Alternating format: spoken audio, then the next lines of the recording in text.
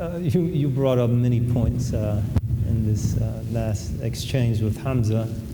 One, I'd like to see if we can get a little more I think this should be the last point because I have to sign some books. I hope nobody buys any books, please. I don't have to sign anything.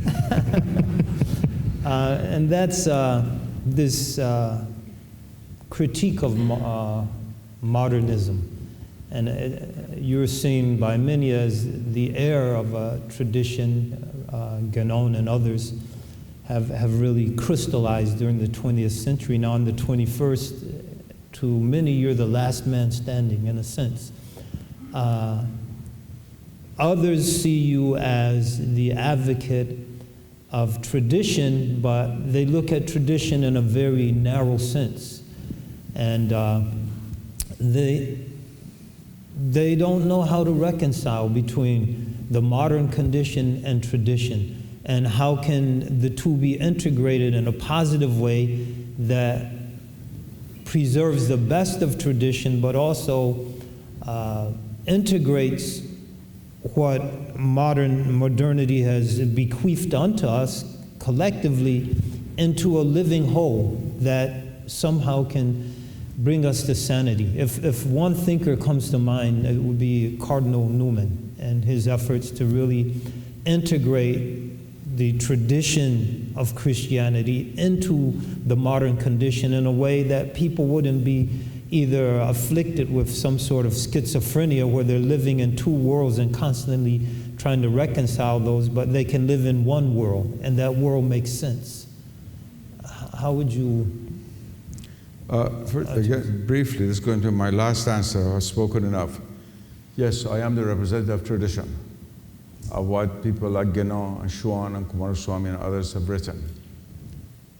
And many people think I'm the last, but I hope, inshallah, that is not the case. There are young scholars coming, many of them my own students, who are going to take our places, and that's in God's hands. But there is no possibility of integrating truth and falsehood. We, as traditionalists, are not against giving a contemporary interpretation of traditional teachings, or of applying traditional teachings to situations which did not exist in the year 1300, either AD or BC. We're not against that, and we've done that in many, many cases. For example, to a concrete example, the criticism of the environmental crisis that has come from our pen has not come from the pen of anybody else. It's not bad engineering, it's not bad economics, it's the loss of the sense of sacred in nature. Now, even Guénon did not write about it because the crisis had not come about like that. It was left to me to begin to write about it. Now others have written about it as well. Now, modernism is a whole philosophical worldview. That's why we use it rather than modernity. It's a philosophical worldview. It claims totality. Modernism is the most totalitarian ideology the world has ever known. It's much more totalitarian than Catholicism or Hinduism or Islam or anything else.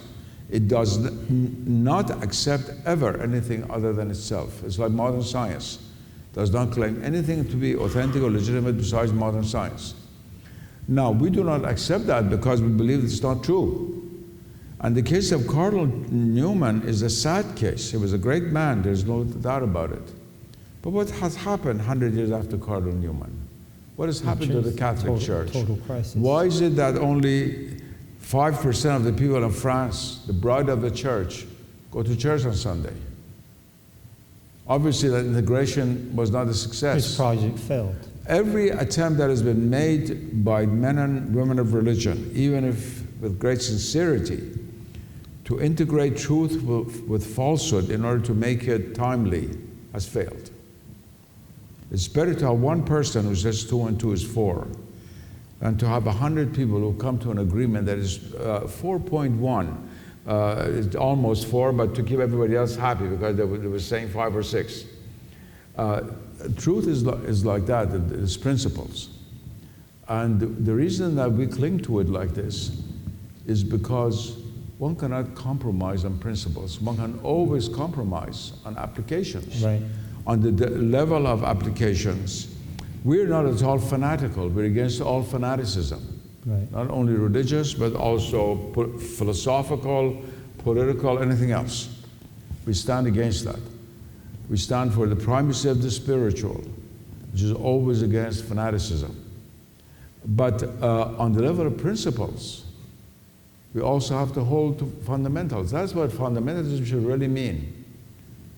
All authentic followers of religion should be fundamentalists in the sense of holding on to fundamentals, not fundamentalism as we have it today, which is a fanatical, exclusivist, narrow interpretation of religion, which vilifies the other and destroys everything else other than itself. We stand opposed to all of that.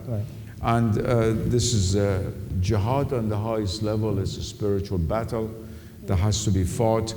And there's no easy way out by creating syntheses which makes one feel good by saying, oh, we are so contemporary, we're modern, at the same time we hold on to this and that principle. It's never going to work. Some critics quickly, they would say that modernism can be set up as and seen for what it is, hegemonic ideology that can represent a straw man of sorts that can easily be dismissed. But modernity itself, some would argue that whether we admit it, accept it, or no matter what our fundamentals are, it affects us in terms of how physical space is organized, and then the impact of that on the human psyche, on time, and how time is incrementalized, and how that affects our lives, so that the modern condition itself affects us, whether we acknowledge it or not.